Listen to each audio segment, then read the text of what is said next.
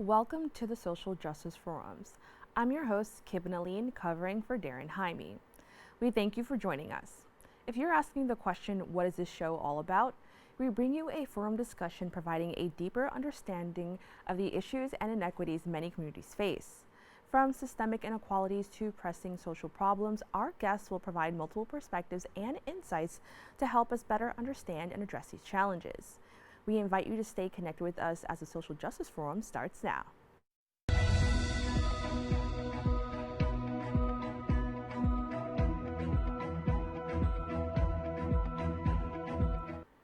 Welcome back. Climate change is one of the most pressing challenges of our time, and it requires both global and local action. In Brooklyn, one organization is leading the charge by mobilizing everyday people to take impactful steps in their communities. This group is focused on reducing climate pollution, promoting renewable energy, and ensuring that the most vulnerable New Yorkers are not left behind. Joining us is a director of Artichoke Dance Company and steering committee member at 350 Brooklyn, Lynn Neuman. Lynn, thank you so much for joining me. I'm delighted to be here in conversation with you. Now, how does 350 Brooklyn mobilize volunteers to take effective local action on the climate crisis? We do that through working groups. So we have a variety of working groups that people can plug into. We're a volunteer-driven organization, and that means that if there isn't a working group that you have a particular affinity to, and you have an idea of something that you want to work on and are willing to take charge of it and mobilize others around it, we will embrace that. So currently we're working on in coalition with many other organizations, and that's generally how we do our work. Working singularly is not as effective as working collaboratively, and we know this. We have various initiatives in Brooklyn and globally, like the Eastern African Crude Oil Pipeline, EACOP, which is also known. We're part of that battle. And then locally, as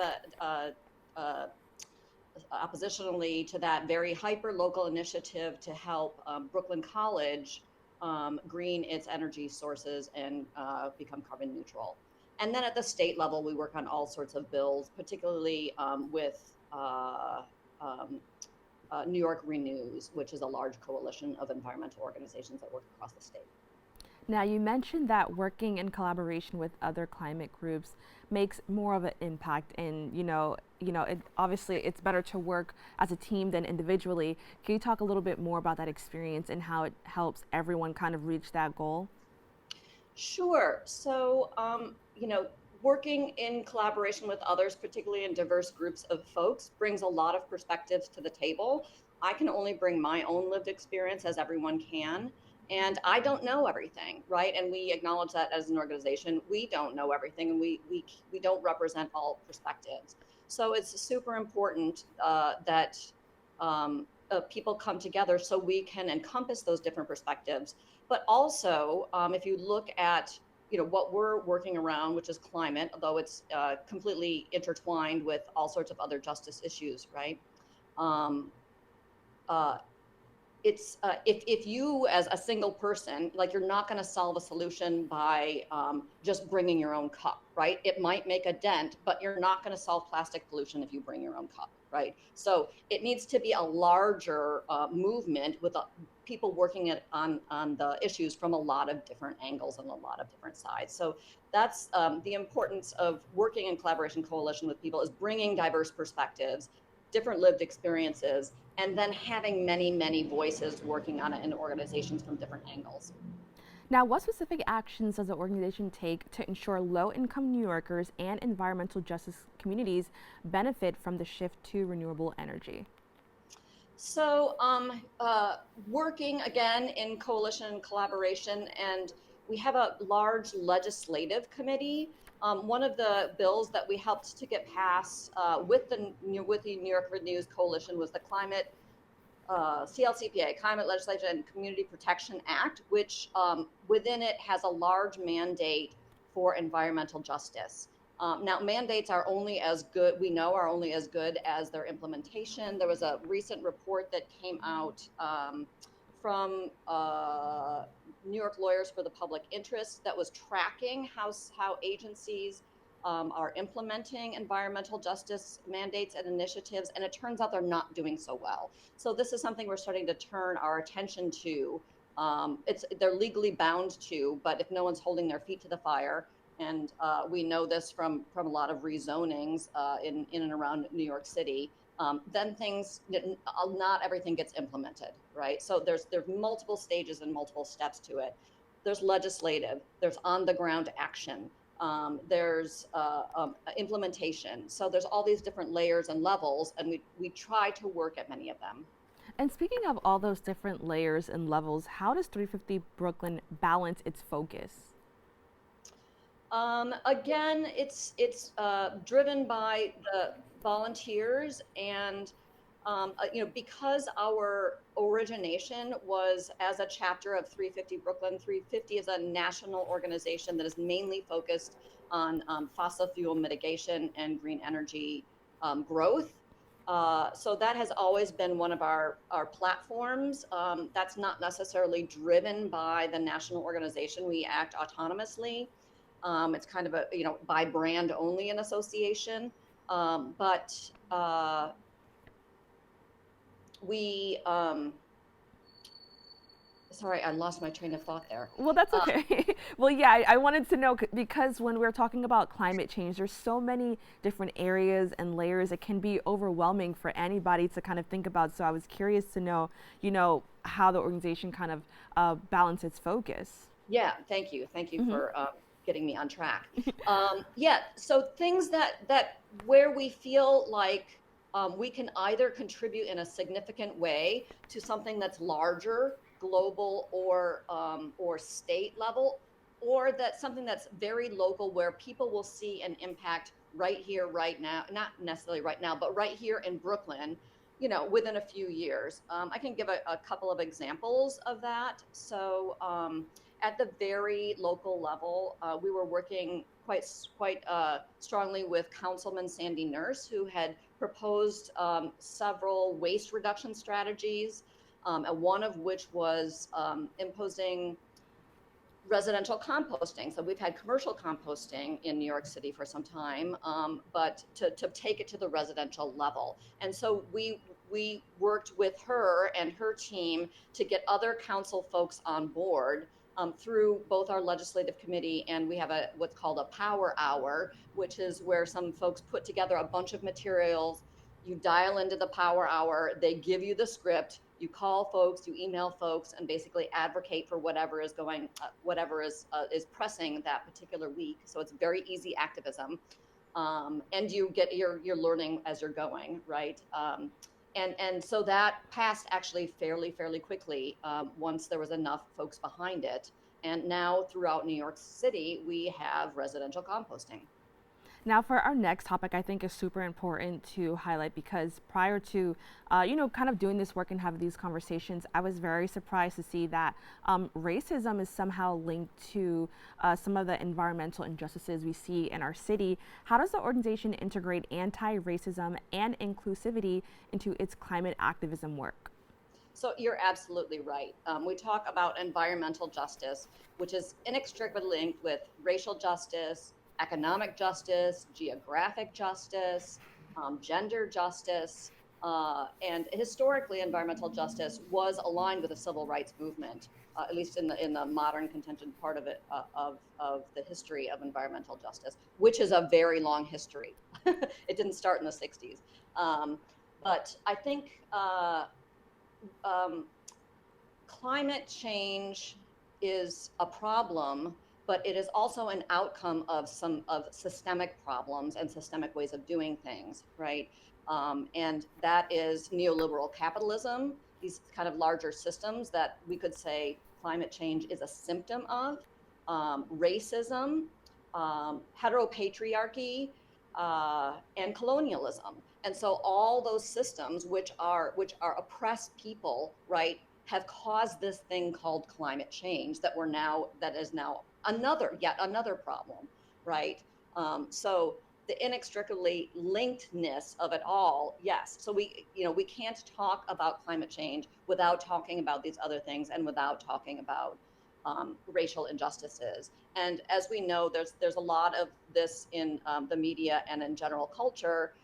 Communities of color, low-income communities bear the brunt of climate change. And this is both here in the United States and globally, and have done the least to contribute to the problem.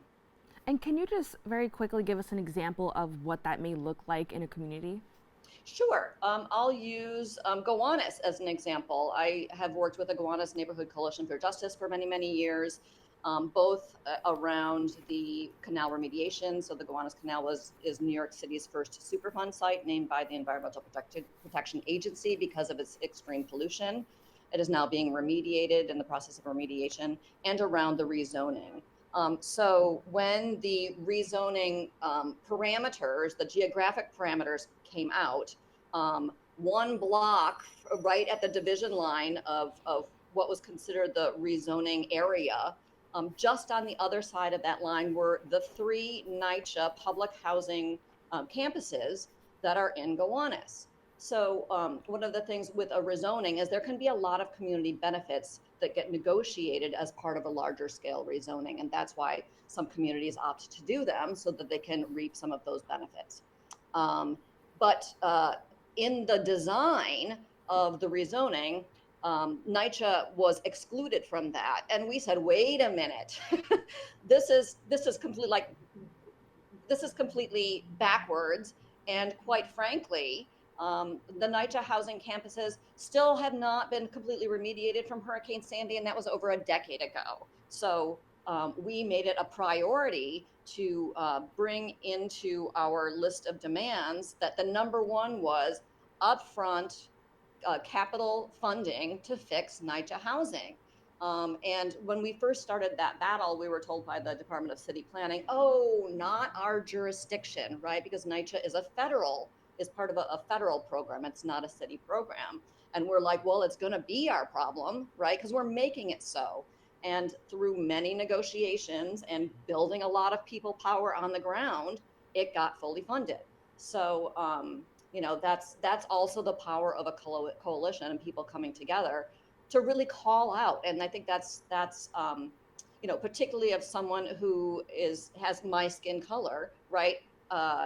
Black people should not be the only people that are fighting for racial justice. Everybody should be fighting for racial justice and making the really discrete points that, like, this is an unjust thing, right? And I need to be saying that, as well as people of color.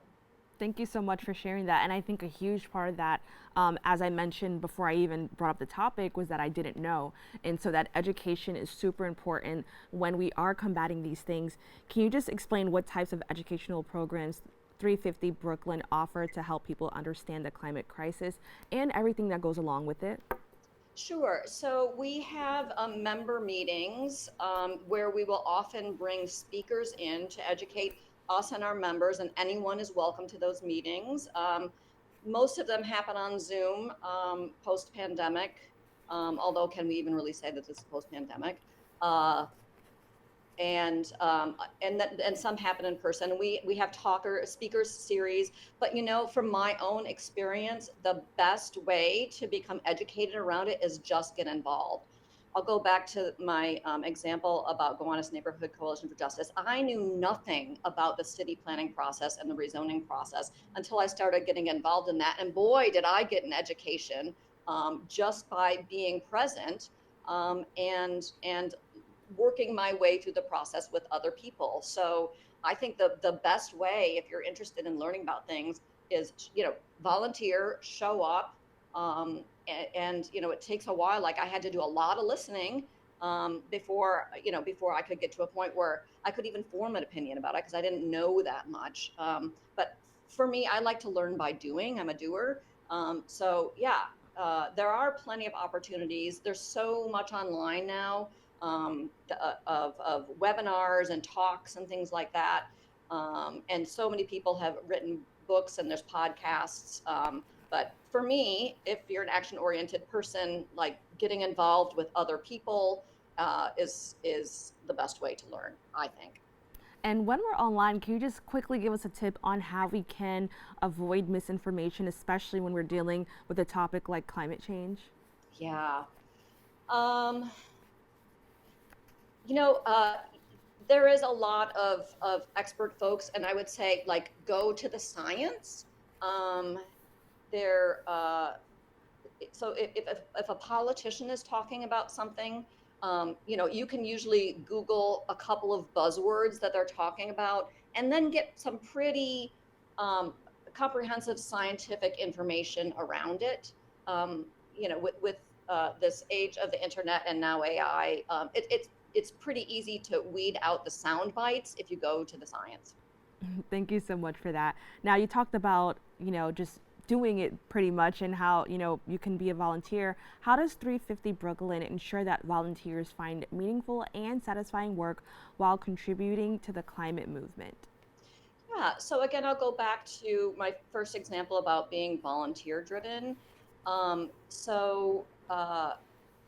There are buckets or areas of work. So if like you want to work on legislative and policy things, if you want to work more at the community level on mitigating past pollution locally, that's how um, that uh, that working group works. If you're interested in kind of like more behind the scenes and putting materials together for advocacy things. So I'd like to point to one thing that Dr. Ayanna Elizabeth Johnson has, a triple Venn diagram. So she wrote the book All We Can Save, which I highly recommend. And she just came out with another book that's called What If We Get It Right?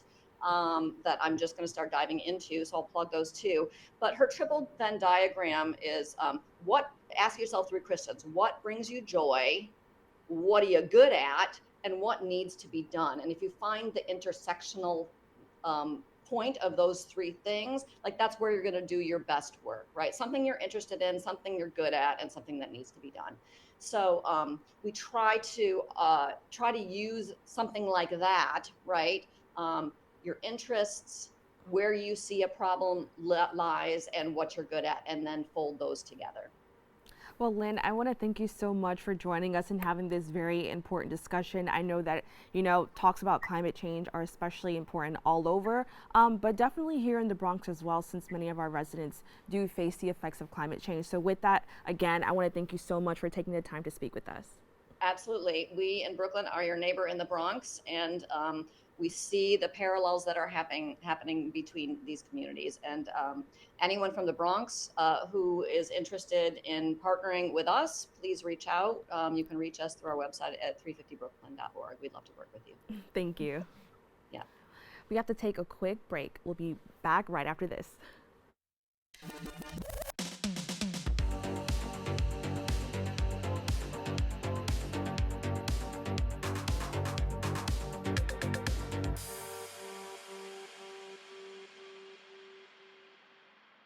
Nineteen 19.7% of Bronxites currently experience food insecurity. Meanwhile, instead of these nice, colorful foods, this is the best food that they have access to. If this sounds like you, there are a bunch of resources to get healthy food for free or cheap. If you want to help, you might consider donating or volunteering in one of these places. Community fridges like this one are all over the city and allow New Yorkers to conveniently donate extra food to people who might need it. Go to this link and find your nearest one. Food banks and pop-up events like these provide millions of healthy meals to families in need. These organizations are distributing meals to Bronxites as we speak, and are always accepting donations and volunteers.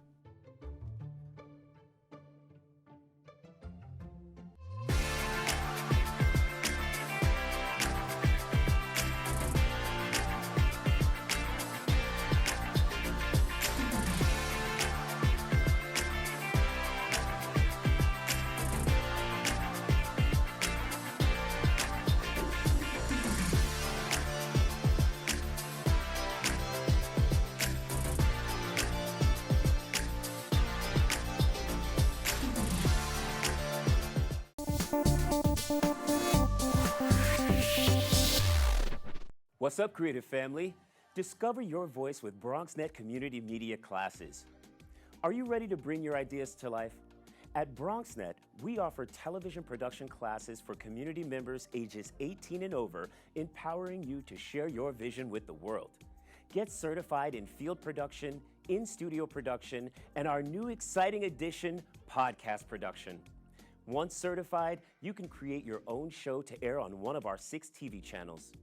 It all starts with our free Unleash Your Ideas Masterclass, designed to help you plan your show idea and set you up for success on your production journey. This class is offered at the beginning of each month for your convenience. Our dedicated BronxNet team is here to support, encourage, and uplift you every step of the way. Join us and become a part of the creative force that engages and inspires the Bronx community and beyond. Sign up today and start your media journey with BronxNet. Visit bronxnet.org/education to learn more and register. Let's create something amazing together. Welcome back. Around the world, communities face immense challenges, from natural disasters to climate change and even social issues like crime and inequality. But there's a group of young adults stepping up to make a difference, students who believe in the power of collective action. ASEZ is an international group consisting of university student volunteers who act to address the pressing needs of communities around the world. Joining us to tell us more is ASEZ Church of God Student Volunteer Group's Regional Director, Victor Lozada, and ASEZ Student Volunteers, Yuriely, Taveras, and Elisa, Ureña. Thank you all so much for joining me. Thank you for having us. Now, Victor, can you share the origins of ASEZ and how it has grown to operate in over 175 countries?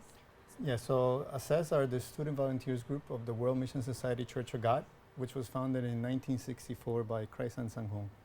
And the premise of it was to be the salt and the light of the earth, taking action to improve our communities.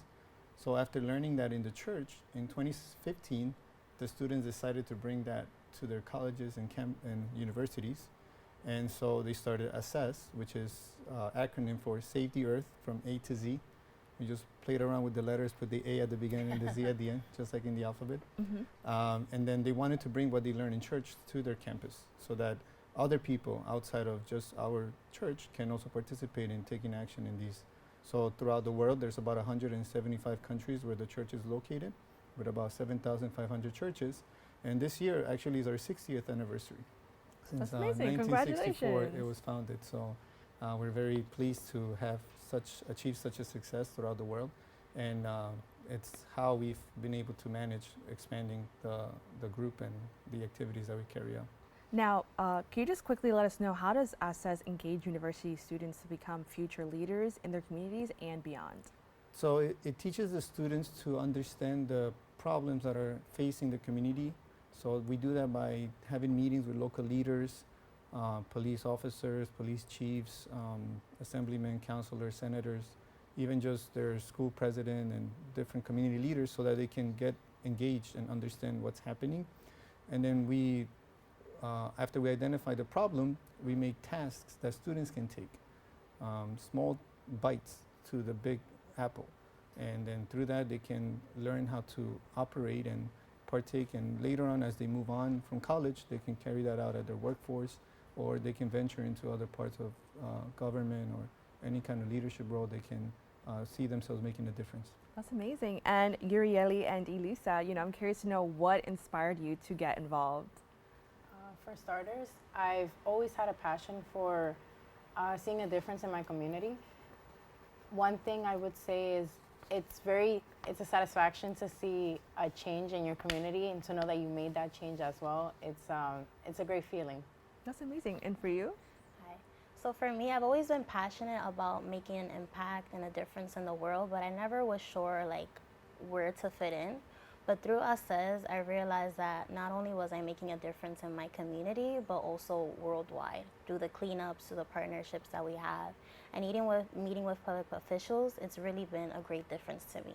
That's amazing. Now, I know that being a college student, it's a lot of work. It definitely takes effort. But how do you balance your academic responsibilities with your volunteer work? Yeah, it's no secret that we do get a lot of work, and it's a balance of not only school life, but also your personal life and things you go through. But being a part of ASEZ, you are around a community of people that love doing the same thing you are passionate about. And so it's easy. It's pretty it's, you know, it's challenging, it's a balance, but you find the core values through being a part of ASEZ, because with ASEZ you learn how to balance both your physical life as well as being a part of the community. I think you learn good values about time management, and that's what's the most important as being a part of, you know, being a student. That's amazing. And for you? Yeah, I agree. Like through ASEZ, I really learned the importance of time management, because being a college student, also working and then volunteering, from a glance it sounds like a lot, but ASEZ really taught me a lot about time management, and also being that I have a purpose and I'm very passionate about it, it doesn't feel like a burden to me. Like I don't feel like stressed out, but I'm like, okay, I know whatever I'm doing in school is gonna bring value to what I do in ASEZ, and what I'm doing in ASEZ is gonna bring value to what I'm doing in school. Yes. So it all goes hand in hand. That's amazing. Thank you so much for sharing that. Now, Victor, can you explain the SAVE movement and how its 4 pillars work together to create lasting change? Yeah, so the acronym ASEZ stands for Save the Earth from A to Z, but even the SAVE contains the pillars of ASEZ. S is for social awareness, which is to bring the issue to the forefront. One thing we learn is that majority of students don't even know what the Sustainable Development Goals are, but after partnering with ASEZ, they get to understand that these are, you know, the criteria that the UN put out for us to make a change and make the world more sustainable. Even what is sustainability? A lot of students are not aware of this. So the awareness part is just bringing awareness to the issue, and that is the A. Victim relief is helping in the time of disaster. And when disaster strikes, all these causes come to nothing. The important thing is to take care of the disaster at that moment. So then victim relief is essential to that. And naturally, environmental protection, as we're facing this crisis of climate change, is finding ways through which all of us can take part in the solution and to reduce the problem so that we can make it better. So social and awareness and victim relief, environmentalism, they come together to be able to carry out and make the world better for everyone. And I'm curious, for the students' perspective, whenever we talk about climate change, we often talk about the future, and this is going to be your future, of course. So, can you explain, how what the movement means to you and what impact it's having on you? Right. So you hear all about climate change, global warming in schools from your professors. However, climate change is a broad spectrum. It comes with a lot of different things. And so you can hear about it, but not know where to start. And so that's where I think ASEZ comes into play, because it lets students, those who are passionate about, the home that we'll live in a few years from now, and those who are passionate about it can take the initiative by joining ASEZ. And that's why I think it's perfect that in ASEZ, we not only take initiative, but we learn about the issues that are happening by hosting many forums, and just in general, just you get the idea of what climate change is. And how does it, what does this movement mean for you as well? Yeah, I will say at first, prior to me joining ASEZ, I really didn't have much knowledge on climate change. I just knew it was happening, but I wasn't sure how to put my foot in on helping. But then, as Yuriely mentioned, through the education that we learn in ASEZ, we really realized wow, this is not just something that's happening in another country, but this is happening right now in our community. Right. So it made me realize that climate change is affecting me. Now, what are some specific ways ASEZ volunteers have provided social services to underprivileged communities around the world? So in some parts of the world, we have the Good Student Program, which is we help students learn how to be better students. And even in other parts of the world, we help with teaching the students how to keep their community clean, teaching the students how to keep their environment clean, teaching the students of things that they can partake in, that it's an everyday thing that will help in a bigger picture. And it's mostly about education. It's helping the students understand that they can make a difference. Sometimes as a student, you see the news, you hear these problems, and where do I fit in? But in reality, is their future. The older people will eventually retire and then move on, but they're the ones that take on the problem. So having them understand that at the stage where you are, there are things you can do, and at a later stage you can do other things, then just having that foot in front to let them and give them the tools that they need to later on be the change makers. Now, what does a typical day in the program look like? Good question. So we hold various forums as well as campaigns. Actually, one of ASEZ Star's campaign that we're holding this Sunday is actually called the Shoulder to Shoulder campaign, where it speaks on school violence. So as we know, school violence is very prevalent, especially in New York City. More specifically, we're speaking about the Bronx. We can see school violence being played out, in various different scenes. And so with the Shoulder to Shoulder campaign, students are able to communicate and discuss and ultimately create a plan on how to create a warmer and safer environment at our schools. And so with the activities that we carry out, we try to carry once a month, but it's not a one-time thing. It's a thing that you carry on, and that's what I like about ASEZ, is that it develops character, and good character that can influence your community into becoming a brighter community. And with that being said, Elisa, how has ASEZ helped you develop leadership skills, and how do you apply them in your daily life? Oh, that's really good. So ASEZ really has pushed me out of my comfort zone, I would say. Because I feel like, in school and in my personal life, I've been a leader, but with ASEZ, I really took on the role of what a leader actually means. Like having to organize cleanup events, having to communicate with public officials, and most importantly, being able to work together in a team goes really hand in hand with strong leadership skills. So ASEZ is very diverse. It's a lot of personalities, a lot of people from different backgrounds and ethnic groups. So it's having to work together, being united. So it really taught me the importance of being a good listener. That comes a part of being a leader, being organized, and also being organized whenever things can be a bit chaotic. Because when it comes to like event planning, things could go a little crazy. But being composed within all of that and making sure that everyone has a say.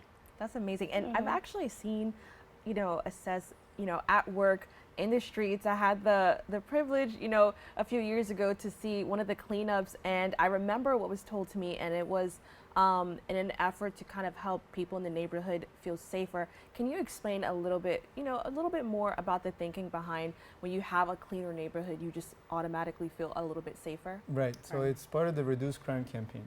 So the Reduce Crime campaign tackles crime by giving the community a way to respond to it, which is to make the community cleaner. So studies have shown that cleaner communities have a reduction in crime. And so the people in the neighborhood partaking in making the community cleaner eventually will trigger a safer environment. So that's the Reduce Crime Together campaign. So it started with cleanups around colleges and universities in an effort to improve the living condition in that area, but then eventually translated to neighborhoods where our students live. And so when everyone puts a hand in, then they become more conscious, as we've seen again and again, even here in the Bronx. I mean, in the past 4 years, we've cleaned about 20.5 tons of garbage, just student-led volunteer efforts. And some of the areas we clean have maintained themselves clean because the residents themselves took part in the cleaning. And the students themselves are become vocal and then become conscious. After they clean, then they think twice before throwing that wrapper or, so they try to maintain it. So in that way, we can help the environment and the community become safer and better for everyone. Right, and I want to add that I've seen the cleanups, and there's a lot of trash bags with a lot of garbage in there. So it really shows that a lot of effort is being put into that. And I think just walking, through the street, you can see the effort that is being put in that. So I guess on behalf of the community, I would say thank you for the work that you're doing. Appreciate now, with that, how would you help other young people kind of be involved in an organization like this? Or how do you encourage young people who may want to be, on their phone or do things that they find a little bit more fun? How would you encourage them to kind of make a meaningful impact in their community? I think what makes ASEZ unique is that it includes young students. And I think that's not something that you see very common. If you do, it is volunteer activity, but not very volunteer, since it might feel like a chore or like a job. But what ASEZ does is that not only does it inform you on these issues, but we take the initiative, and you are around people that have the same passion as you. So the reason why we carry out these activities is because there are passionate students that want to take the action right now. And so what ASEZ Star is perfect in applying these values to the community is that these students want to take action right now to make a better future for us that are going to be residing here on Earth for a few years. And would you expand on that? What would you say to another young person who may see the work that you're doing, but maybe a little bit hesitant to join? I will say what I love about ASEZ is that because people, they hear about ASEZ and think, oh, we only do cleanup. So we do a variety of different things. Like a common event that we do here, like on campus, is we have like our DIY tote bag event where you paint your own tote bags. We have peace concerts. Like there's different sectors among ASEZ where you may feel you don't fit in here, but you will fit in a different area. So even though, let's say you may think, oh, maybe cleaning up is not my thing, but just you joining a small on-campus event, you'll be able to fit in. So that's what I love about ASEZ, is that you're gonna fit in no matter what personality you have or what skills that you have. Now I'm curious to hear from all of you, why is youth involvement crucial in addressing global issues such as poverty, climate change, and disaster recovery? I think they have the biggest stake in the big picture of things, because they're the ones inheriting in the problem.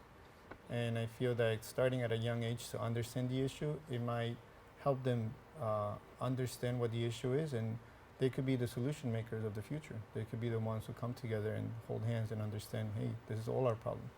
So that's why I feel that the youth is the most crucial to take on this action, and is the loudest voice in the room, because it's theirs to inherit. So I feel that youth involvement is crucial to this whole issue.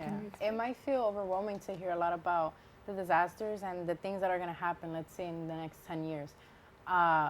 But when you take that initiative and you join ASEZ, you really feel a sense of comfort, because you know that at least by picking up that one wrapper, it's preventing at least 1 year of, global, the global crisis that we're going through. And that's why youth involvement is super important, because you may think that, global warming is happening, all these crises are happening, and you leave it up to the scientists and the people that are at a higher ranking than you.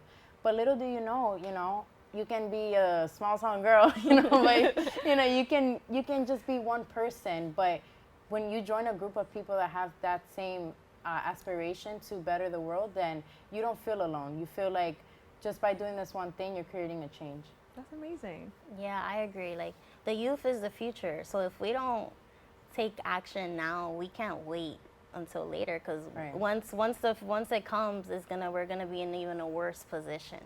So what I love about ASEZ is, like, our slogan, the future starts here, because it's starting right here now at the present moment.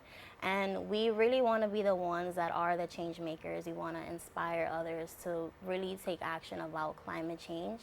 And what I love about ASEZ is that we always do it united, and we want to make sure that everyone is included in our mission. That's amazing. Now, where can people go if they want to join, they want to make a difference? Where can they go to sign up or learn more? So we have our social media handles, and our Instagram at ASEZ East Coast, and our Twitter and our Facebook, right?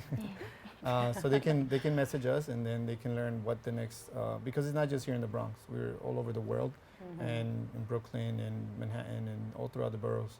So they can just follow us on our social media handles, and then they can learn their next project near their neighborhood. All right. Well, I want to thank you all so much for joining us and talking about your mission. Yeah, thank you so much. Yeah. We have to take a quick break. We'll be back right after this.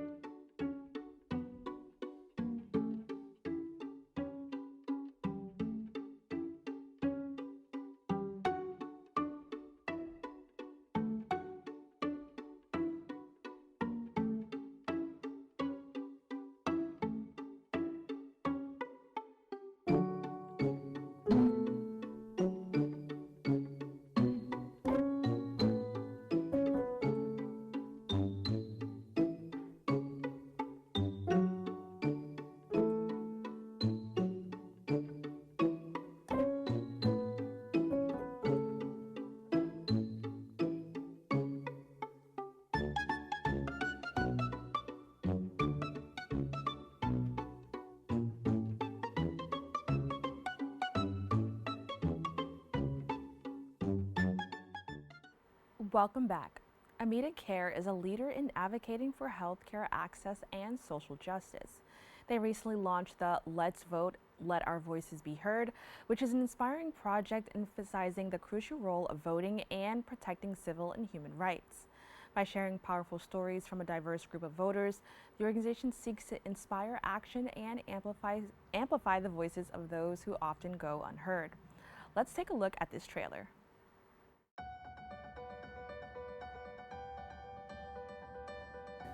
Tuesday, November 5th is Election Day. This is the most important election of our lifetime. Women's health is at risk, Medicaid is at risk. Gender affirming care, we didn't have that growing up. Without the medication and without the things that I need, it's going to affect my life. And by affecting my life, I know it's affecting other people's lives. Human rights are under attack right now, and it's important that all of us go out there and make sure that even for the most marginal of us, that we are not left out. Voting is not only a right, but also a duty and a responsibility that we have to our community, to the communities that we live in, to our families, to our friends, and to country. There are many people in this country who cannot vote, but are affected by every decision made by our elected officials. It's an important election for me. I recently became a citizen. I'm going to vote because it's my responsibility to vote. I remember my grandmother, and she had to walk miles and miles to the voting site to vote. She felt it was her responsibility, it was her duty to vote. Well, I feel that same responsibility now. That's why I'm going to vote. My voice gets to decide what happens for the next 4 years. Your rights to vote is a privilege that many others don't have. So this election, utilize that right to vote. I'm going to vote because my grandmother didn't have that right growing up. I'm going to vote because it's my right and my privilege. I vote because my voice matters, and yours does too. Make a plan, register, and vote. People have died to give us the right to vote. Please don't let that go in vain. I'm not taking my rights for granted.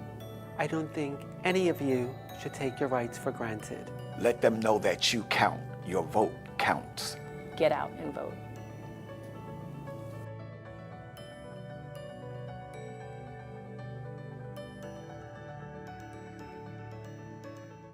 Here now to tell us more is Amida Care's Events Associate, Miah Jordan, and Director of Research Grants Management, Elisa Scaccabarrozzi. Thank you both so much for joining me. Thanks for having us. Thank you for having us. Now, what inspired Amida Care to launch the Let's Vote, Let Our Voices Be Heard video series? Well, this is part of the work that we've been doing for a long time. Amida Care has been around for 20 years, and this is part of the whole policy and advocacy project in mobilizing communities in regards to different issues. And can you tell us a little bit more about that as well? Yes, so Amida Care, we created this campaign because we do care about social justice, and encouraging our members in our community to vote is part of our advocacy agenda. We currently serve over 10,000 members who are affected by HIV, as well as the LGBTQ plus community in our homeless population. So we really wanted to get this campaign out and let everyone know, like, to get out to vote this year. Now, I can definitely say that this is such an important effort, just because there's so much things going on. A lot of people get their information from online, and they make decisions based on that. But, you know, how does the series highlight the connection between voting and protecting civil and human rights? Well, there's many stories. I think that Miah's and mine are just two of the many stories that have been shared. And so I think that it's about identifying with one of those stories. I think each one of us comes with our own experiences, and it's about identifying. It's about creating that enthusiasm about getting out and voting. And I think what I love the most about this is that oftentimes when we think about voting, we just think about the political candidates. But there's, you know, lives and people who kind of talk about that. Can you explain the importance of that and kind of making sure people hear these stories? Yes, so there are a lot of people that are in, like, marginalized communities that don't have certain access to vote, or they may not necessarily know how to vote or know where to go. So what inspired me specifically is my generation. They don't really vote, but it's not necessarily because they don't want to vote. So we just kind of wanted to encourage people and also promote those resources and let it out so everyone can know that this is, you know, what we should be doing.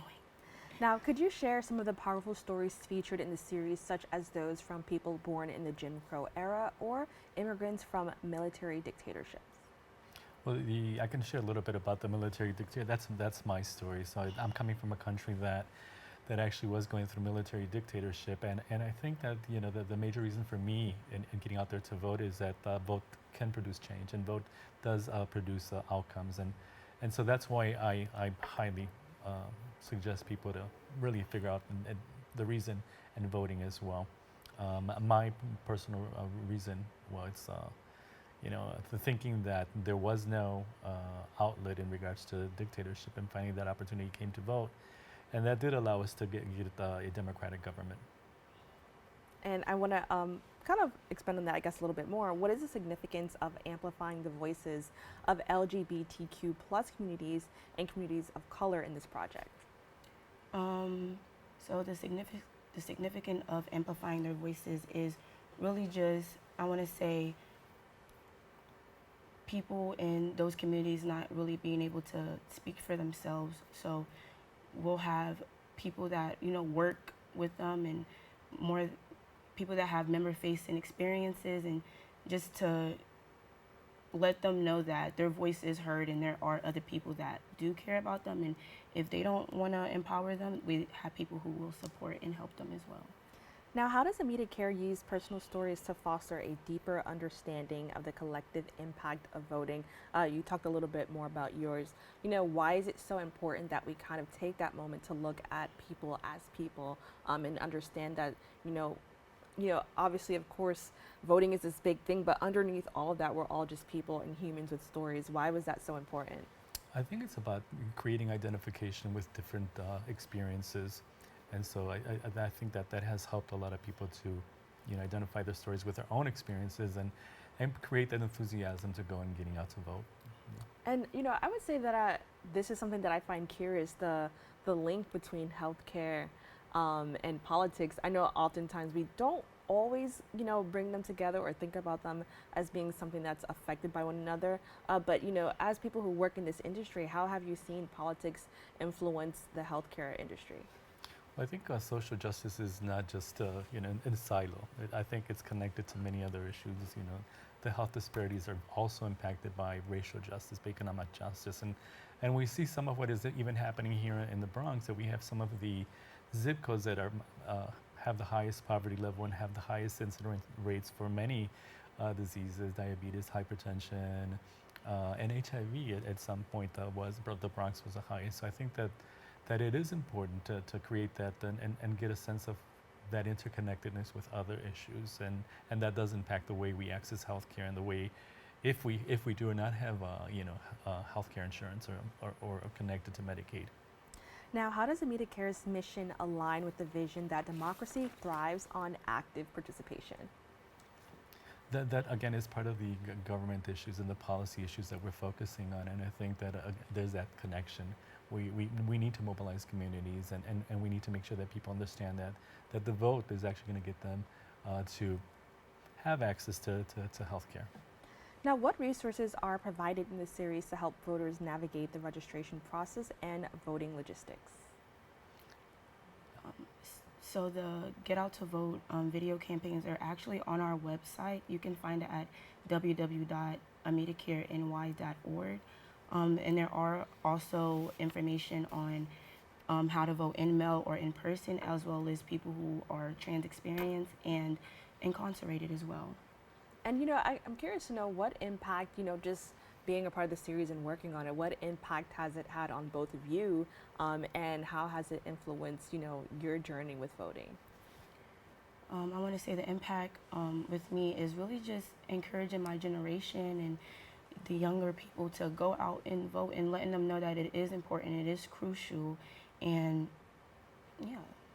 And for you? And for me, I think it's about working with communities that have never voted, and that really consider voting, and create that, again, that enthusiasm, but also that awareness about the reasons why they need to be out there and vote. I think that's the major reason why. How does Amida Care plan to promote this series through community events and partnerships? We have a large number of organizations that we're connected to through different coalitions and different partnerships. So it has been a lot about showing this information, but also sharing on social media, as well as the different events that we've been a part of. All the staff is highly aware of it and sharing it, voluntarily on their social media as well. So it's many ways in creating these networks and getting this information out. And I also wanted to, oh yeah, you can expand Yeah, on I that. also wanted to mention like those 10,000 members that I did mention of us having. We do send out the text messages with those campaigns, so we know that the videos are being seen by our members. So. And I wanted to, discuss social media for a second because everybody has their own opinions on it, whether it's good or bad. But, how have you seen social media kind of make a positive change or impact in regards to voting? It's highly present. I mean, and it's not only our campaign, it's many campaigns, and the information is out there. So it's about checking in the information and what you're reading and making sure that you make the right decisions in regards to what you're voting for. And for you? Kind of what Lewis said, just paying attention to what you're voting for, being updated and just being educated on what's going on. Now, what do you hope viewers will take away from hearing the personal motivations behind Amida Care's members' commitment to voting? What is it that I expect? Yeah, or what do you hope people watching take away from it? I think it's enthusiasm. I think it's finding that reason to vote. For me, I think you really need to be highly aware. If I say, when I say your reason, it's not only your reason, it's that of your neighbors, it's that of your community, it's that of the people that you're connected to in some way, those that are close to you and next to you, not only here in New York, but also throughout the United States.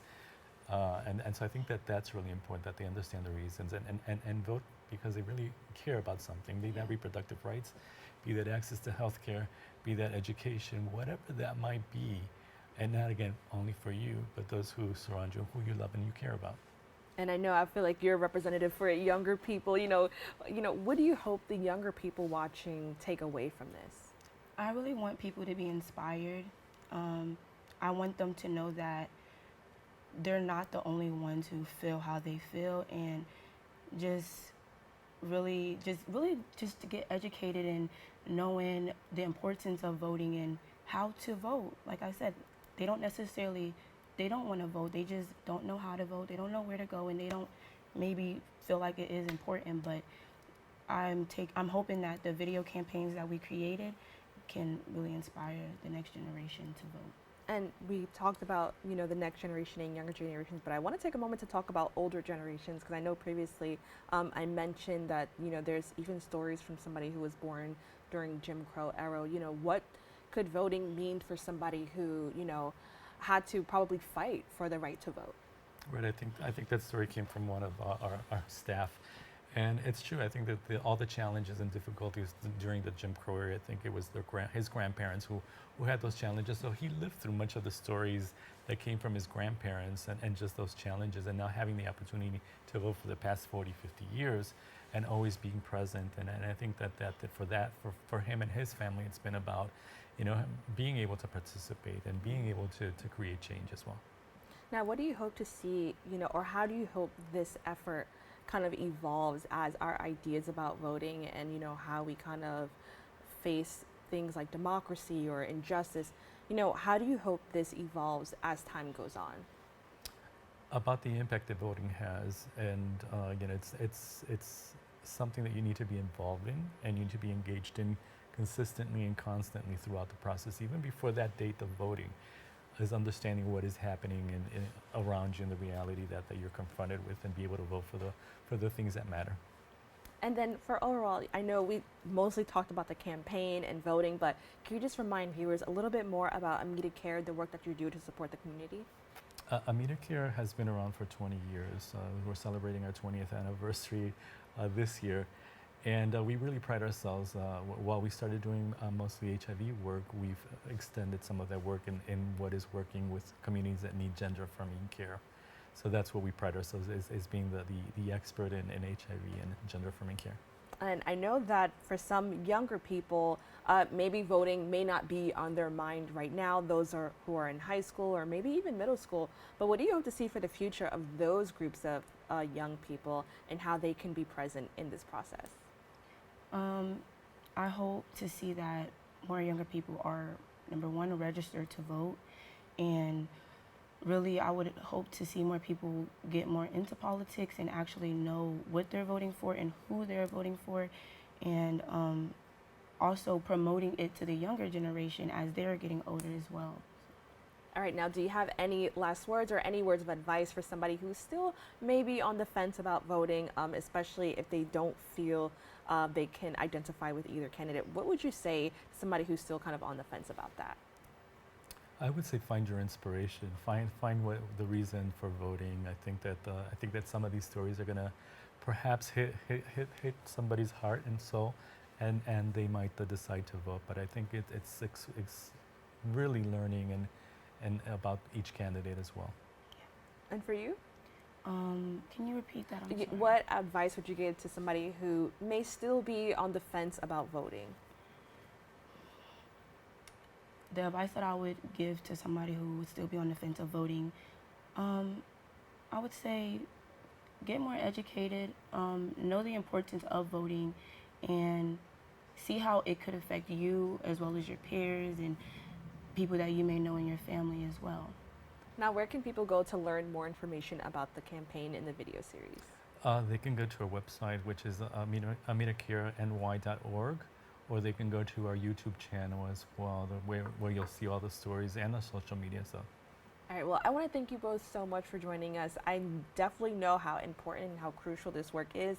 Just by being online, I see a lot of people who may be withdrawing from voting or may just feel not sure or feel underrepresented. So I think it's amazing that there's something like this that can show people from different backgrounds having a say and talking about why voting is so important for them. So with that, again, I want to thank you both so much for joining us. Thank you. Thank you. We've come to the end of our show today. We hope you enjoyed this week's discussion on the Bronx Social Justice Forums. To rewatch this week's edition, you can catch the recable cast right here on BronxNet's channels. If you want to join the conversation and present your point of view, you can visit our social media at BronxNet TV. Join us next week as we continue to elevate the discussion and bring further awareness across the globe. I'm your host, Kim and Aline. Take care.